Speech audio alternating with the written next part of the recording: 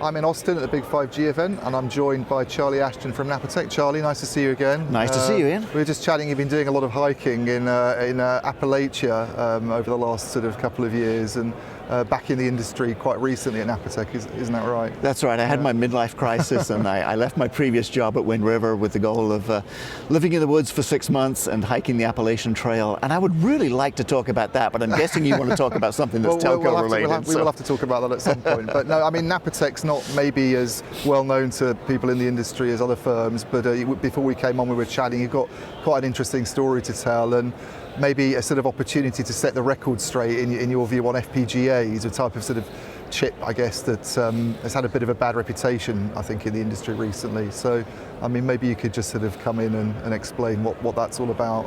Yeah, look, I think FPGAs, I think, are the ideal solution for a certain category of use cases. So, for example, with Napatech, so Napatech is a technology company that's been in business since 2003. We're actually a public company, we're listed on the Oslo Stock Exchange, and our whole business is delivering smart network interface cards, or smart NICs. And we're actually the #1 supplier worldwide of smart NICs that are based on FPGAs.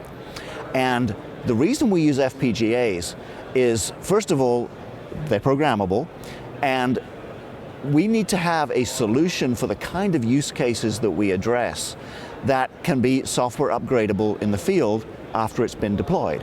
If you think about an ASIC-based NIC, then the performance of that product is going to be the best it ever is, actually at the time that the wafer comes out of the fab. Yep. And if there's a problem with that implementation, or if the software algorithm needs to change, or if somebody comes up with an improved version of the software, there's nothing you can do if it's burnt into an ASIC. You've got to go through a complete refresh cycle and spend a lot of money on a whole new silicon development. And this sort of nuance has really been lost, I think, hasn't it, in the conversations recently, because there's an assumption that it's a one-size-fits-all approach, and ASICs are good, FPGAs are bad. I think some of the sort of complexity sort of disappeared a little bit, really. Oh, absolutely. I mean, obviously, if it's an ultra high volume use case with a fixed function, then an ASIC is the way to go. Yep. But for the kind of markets that we address in terms of high performance networking and telecom functions, our whole business is developing smart NICs and providing them along with software stacks that accelerate very specific use cases and very specific applications. And our expertise as a company is in developing those software stacks. We happen to have a team of R&D engineers located in Copenhagen, Denmark, who are world-class experts in FPGA programming. Yep. And so we have the ability to take these very complex telco functions and implement them in FPGA code, but to do that in a way that's completely transparent to the application. So, for example, at the show here, we've been talking a lot about a solution that we recently announced for accelerating what's called user plane function, or UPF, which is the most compute-intensive function within the packet core for 5G or even 4G. Yep. And so we've implemented a software stack that essentially takes that UPF data plane and runs it on the FPGA on the smart NIC. But our software stack is fully compatible with an API called DPDK RTE flow, which is the common API that's used by all of this packet core software. So from the point of view of that packet core application, it's just talking to that DPDK API. And the only difference is, instead of that API then being implemented in software on the host CPU sitting on the server, which is very, very slow and very CPU intensive, it's implemented on the smart NIC with blazing fast performance. So it's like a form of acceleration, essentially, and you were talking to me about some of the cost advantages, I guess, of doing that over using ASICs. I mean, maybe you could just explain it, because it looks quite compelling, certainly in slide form. Yeah, it is. But when you talk about things like gigabits per second and learning rates and millions of packets per second, that's nice for the techies. But what the business people at the end customer, which is the carriers, really care about, is they care about things like how many subscribers can I support in a given edge data center, or what's my 5-year CapEx and OpEx going to be. So we built an ROI modeling tool for those kind of business metrics, and we compared the metrics that are achieved from our solution with an ASIC-based NIC that really is our closest competitor. And so we modeled a metro edge data center supporting 50,000 5G users, which is a fairly typical size, for a 5G deployment.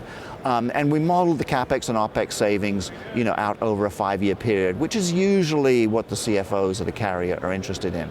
And so what we found there in terms of those metrics are in terms of the number of subscribers that can be supported per edge data center, we can deliver a 7x improvement over a deployment that's based on an ASIC-based NIC. And that's a large number of subscribers, especially for something like an edge data center, which is very constrained in terms of footprint. Yep.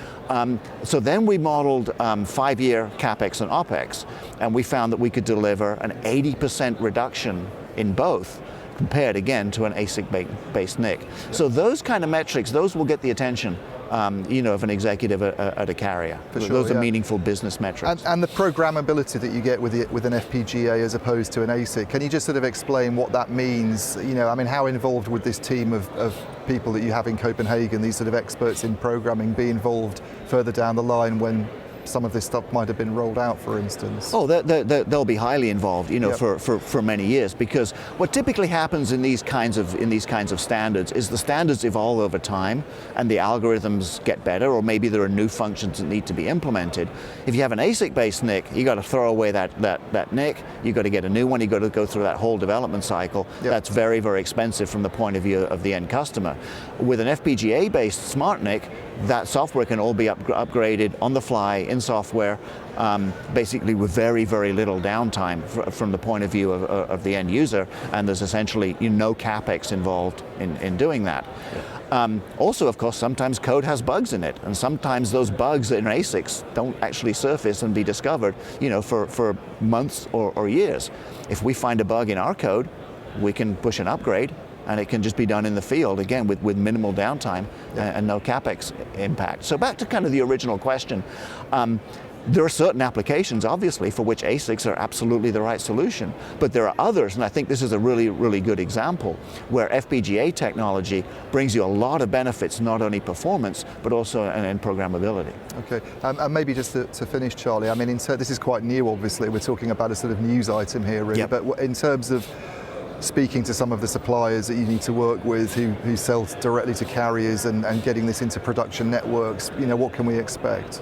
Yeah, it's a fairly complex ecosystem for us that has to be in place, because the end users, the carriers, are not going to buy directly from Napatech. Typically what a carrier will do will be they will license packet core software from their favorite packet core software supplier, and then they'll purchase servers from their favorite server supplier. Yep. And in some cases there may even be a system integrator that's in the loop to put all those things together and deliver the final solution to the carrier. So where we're at right now is we're engaged with a number of the leading packet core software suppliers around the world, and we're working with them to integrate our software stack into their packet core software, so that it basically boosts the performance of their software and allows them to deliver those performance benefits to the carriers downstream. At the same time, we're working with the server companies to plan an integration of our smart NICs into their servers. Because our whole goal is for our technology to be available through the hardware and software vendors that are preferred by the carriers. Yeah. We're not naive enough to think that we can really influence the carrier selection of vendors. They have their preferred vendors. We understand that. We just want to make sure that our technology is available through that channel for them to take advantage of. Well, it's an interesting area, and I'll be sure to keep an eye on it, see how it evolves, and next time we catch up, we can see where you're up to. But thanks very much for joining me today, Charlie. Well, thanks very much. We'll look forward to keeping you informed, and have a safe trip back. Great. Thanks, Ian.